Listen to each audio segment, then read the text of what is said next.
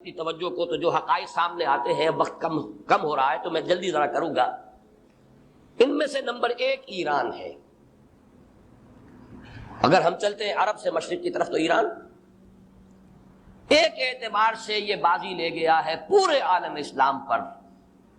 ان کے مذہبی عقائد، ان کی فقہ سے ہمیں جو اختلاف ہے وہ ہے اپنی جگہ پر ہے، آپ کو معلوم ہے۔ میرے بارے میں کسی کو اشتباہ نہیں ہو سکتا اس اعتبار سے۔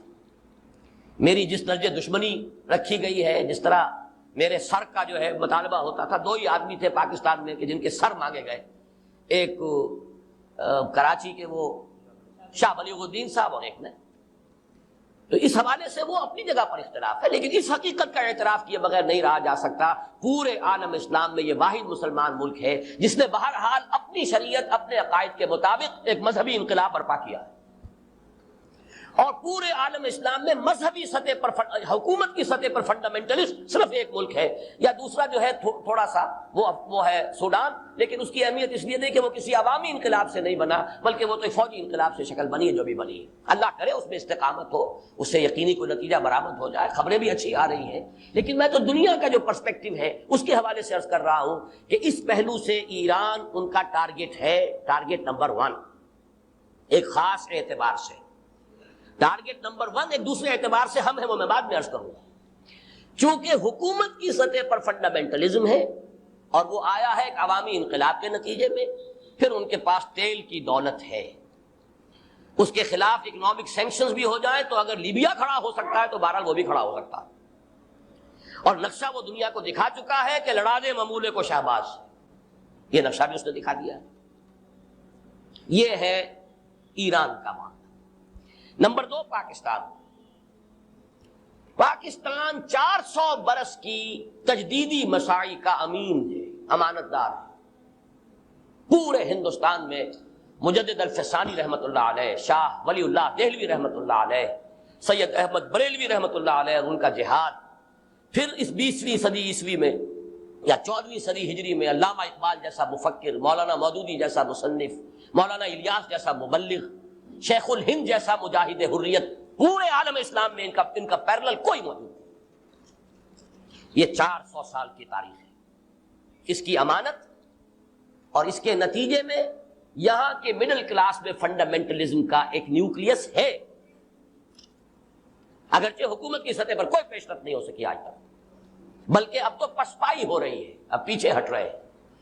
وہ ہمارے ان سیاسی جو بھی زعماء ہیں، جو جماعتیں ہیں، ان کی غلطی اور الیکشن ہی کو واحد میدان بنا کر اس کے اندر اپنا سارا وقت، توانائی اور قوتیں ضائع کر دینا، یہ ہے در حقیقت جس کا کہ یہ صدا مل رہی ہے کہ اس اعتبار سے تو پسپائی کی طرف ہے معاملہ، کسی پیش رفت کی طرف نہیں ہے۔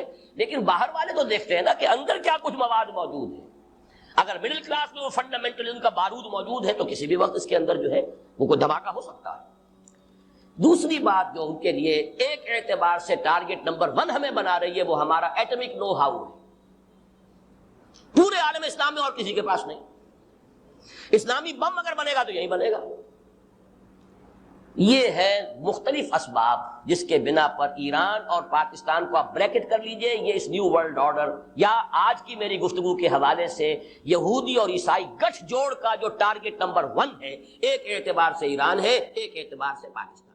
ایک ہے کسی کو پکارنا، کسی سے مدد چاہنا، کسی سے کسی کام کے اندر جو ہے کوئی امداد کی خواہش کرنا، جو کہ ہو دنیاوی جو معمولات ہیں، جو عام ہمارے قواعد ہیں، ظاہری مادی اسباب و وسائل کے درجے میں، وہ شرک نہیں ہے۔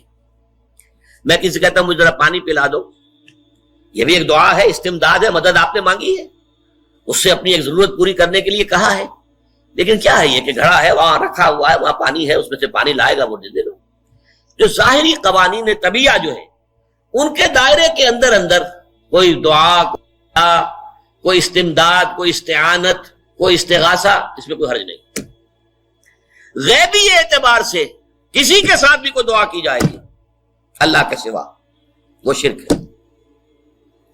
وہ استدعا ہو، استغاثہ ہو، استعانت ہو، استمداد ہو، استنصار ہو، کچھ بھی ہو، غیبی طور پر دنیا کے معروف طریقوں میں اور جو ہمارے طبعی قوانین ہیں ان کے دائروں کے اندر مدد مانگنا، اس میں قطعاً کوئی شرک نہیں ہے، توحید ہے۔ البتہ اس میں بھی ایک باریک نکتہ ہے. ایک بزرگ تھے جو فوت ہو گئے، انہوں نے یہ بات مجھے جس طرح سمجھائی تھی وہ آج بھی میں ان کا مشکور ہوں کہ دنیا میں عام قاعدے قانون کے تحت بھی کسی سے کچھ کہنا کہ بھائی میرا یہ کام آپ کر دیجئے، آپ کر سکتے ہیں، ایک دفعہ کہنا جائز ہے. دوسری مرتبہ یاد دلا دینا کہ شاید بھول گئے، وہ بھی جائز ہے. تیسری مرتبہ کہنا شرک ہو جائے گا. تم نے یہ سمجھا ہے کہ تمہارا کام یہی کر سکتا ہے، کام کرنے والا تو اللہ ہے. لا فاعل فی الحقیقت ولا مؤثر الا اللہ. حضور نے فرمایا کہ اگر تمہیں جوتا باندھنے کا تسمہ درکار ہو تب بھی اللہ سے مانگو، کسی کے سامنے سوال کا جو ہاتھ جو ہے وہ دراز نہ کرو. اللہ نے تمہیں ایک عزت نفس دی ہے، اس عزت نفس کو ڈھیلا نہ بناؤ، کسی کے سامنے جو ہے اپنا ہاتھ پھیلا دینا، اپنی عزت نفس جو ہے تو ختم کر دینا ہے، مت مانگو کسی سے کچھ. لیکن یہ کہ ٹھیک ہے دنیا میں کام چلتا ہے.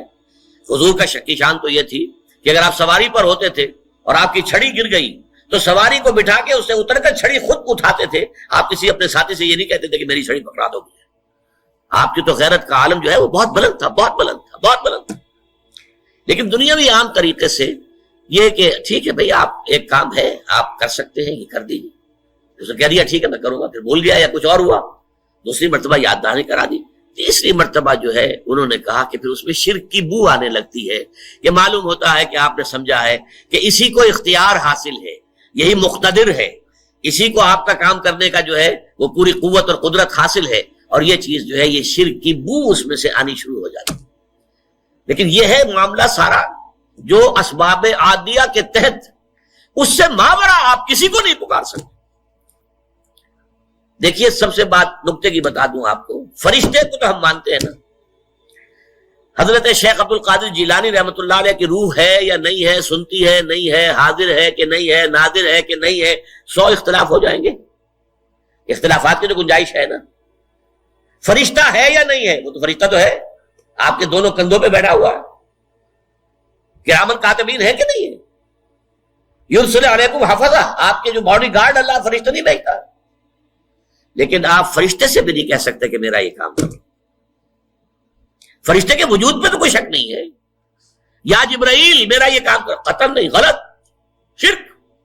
لا تدعو مع اللہ احدا، اللہ کے سوا پکارنا کسی کو نہیں ہے، دعا کسی سے نہیں ہے، استغاثہ کسی کا نہیں ہے، استعانت کسی سے نہیں ہے، استمداد کسی سے نہیں ہے، استنصار کسی سے نہیں ہے سوائے اللہ.